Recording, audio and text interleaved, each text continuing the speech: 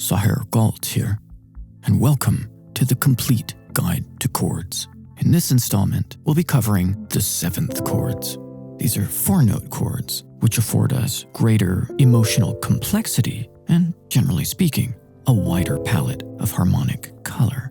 And 7th chords build upon the foundation of the triads, the 3-note chords we covered last time, which come in major, minor, diminished, or augmented, depending on the arrangement of thirds making them up.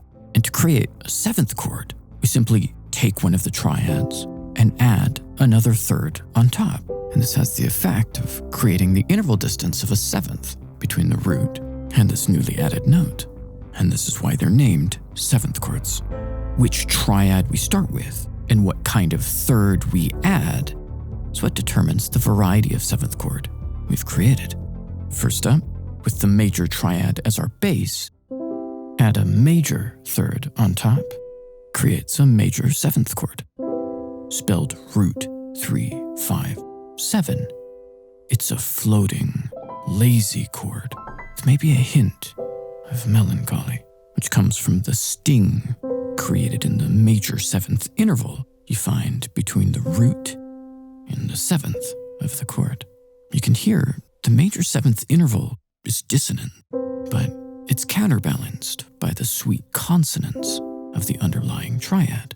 Together, it's what gives us this more emotionally complex sounding chord. And so you know where to find these. If you build the 7th chord in a major key, starting on 1 or 4, you naturally get this major 7th. Now if we start again with a major triad and add instead a minor third on top, spelled root 3, 5, flat 7, get what's called a dominant 7th. A chord of urgency. It's authoritative. You can hear that it's full of direction, pointing us to where it wants to resolve. And the dominant 7th's characteristic twang, in part, comes from the interval of a diminished 5th, or tritone, which is formed between the 3rd and the 7th. The tritone feels intrinsically unstable, like it wants to collapse, and indeed resolves with satisfying effect when both tones move inward by a semitone. And this is, in fact, the key to resolving the dominant 7th chord itself. Moving to virtually any chord that allows for this inward motion by step will feel consequential.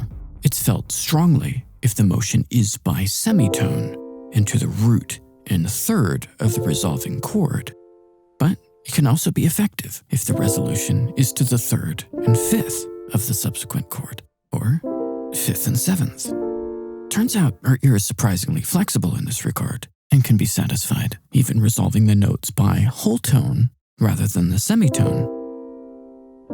You might hear that move in the blues,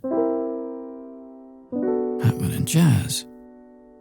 And in fact, there are many more ways to resolve dominant 7th chords, which we can talk about later.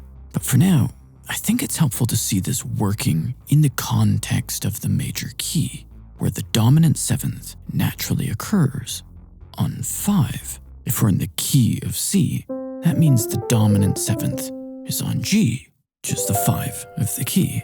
And again, to resolve its tension, we move its 3rd, B, upward, and its 7th, F, downward.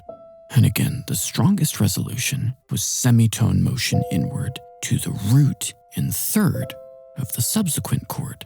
That gives us C as the root, E as the 3rd.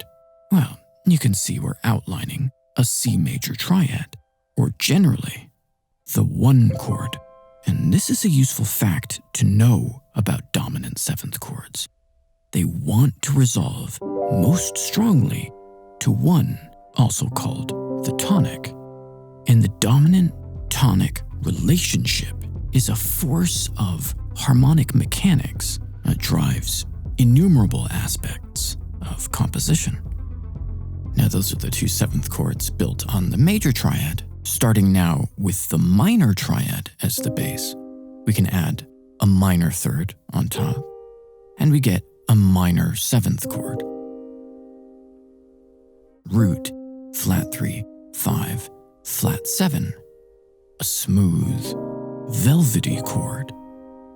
You find this in the context of the key on 2, 3, and 6. Minor triad plus a major third gives us a minor major 7th chord. It's a minor triad with a major 7th between the root and 7th, hence minor major. It's a chord of intrigue and mystery. It doesn't exist diatonically in the major key. We have to either chromatically import it or move to another tonality, like harmonic minor, to find it. I've already made an entire video exploring this fascinating chord. You can check that out via the link in the description. Take the diminished triad now and add a major third on top. This creates a half-diminished 7th chord. Root, flat 3, flat 5, flat 7, sometimes called a minor 7 flat 5 because it's a minor 7th chord with a flattened 5. It's this beguiling chord that's at once tragic and elegant. And you can find it if you build a 7th chord starting on 7 in the major key. And that, by the way, completes the picture of diatonic 7th chords. You get major 7ths on 1 and 4, dominant on 5, minor on 2, 3, and 6, and the half-diminished 7th on 7. There's, of course, another 7th built from the diminished triad. We add a minor third on top. And this gives us a fully diminished 7th chord. Root, flat 3, flat 5, double flat 7. Double flat 7 might sound strange to you, but we're coming from the already flattened 5 of the diminished triad and only adding a minor third on top, giving us a 7th that's a semitone lower than any we've landed on so far. In fact, we call it a diminished 7th interval. Even the 7th is diminished, hence fully diminished 7th chord. And this is a chord that amplifies the shock and horror of the underlying triad, unlike the silkiness and elegance you can find in the half-diminished 7th chord. The fully diminished is a chord of unmitigated dissonance.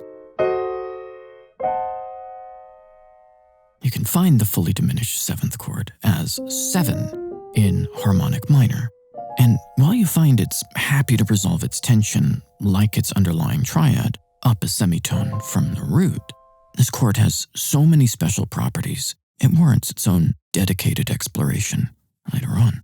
Okay, and you can create 7ths out of the augmented triad too. Adding a major third on top just puts us back on the root. So we have to start by adding the minor third.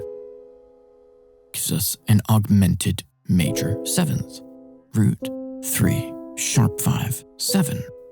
A chord of dreamlike fantasy or exotic wonder. Start again with the augmented triad. You might be curious if we can add flat 7, as we've seen in so many other 7ths. And indeed we can. It means we're adding a diminished third from sharp 5, which is only the distance of a whole step. Somewhat unusual, but not entirely unheard of in chord building, as we'll come to find out. And this gives us the augmented minor 7th chord. Root 3, sharp 5, flat 7, a chord electrified by the sound of the tritone between the third and the flat 7, so imbued with the intensity reminiscent of the dominant 7th, mixed with the surreal quality of sharp 5, giving us the whirling tension of a fever dream. And now, to retain all these 7th chords, it's helpful to visualize the branching relationship from the bass triads. Given the major triad, there are two possibilities. Add a major third, get the major 7th. Add a minor third, you get the dominant 7th. From the minor triad, add a major third, that gives you the minor major 7th. Add a minor third, get the minor seventh. From the diminished triad, add a major third, results in the half-diminished seventh. Add a minor third, that results in the fully diminished seventh. Finally, starting from the augmented triad, remember the major third simply doubles the root, and so doesn't create a seventh. Instead, we add a minor third, which gives us the augmented major seventh. Add the diminished third, and we get the augmented minor seventh. Okay, and those are the seventh chords. Any questions? Ask in the comments. Subscribe so you catch the rest of the complete guide to chords. And as always, thanks for watching. I'm Sahir Gold. I'll see you next time.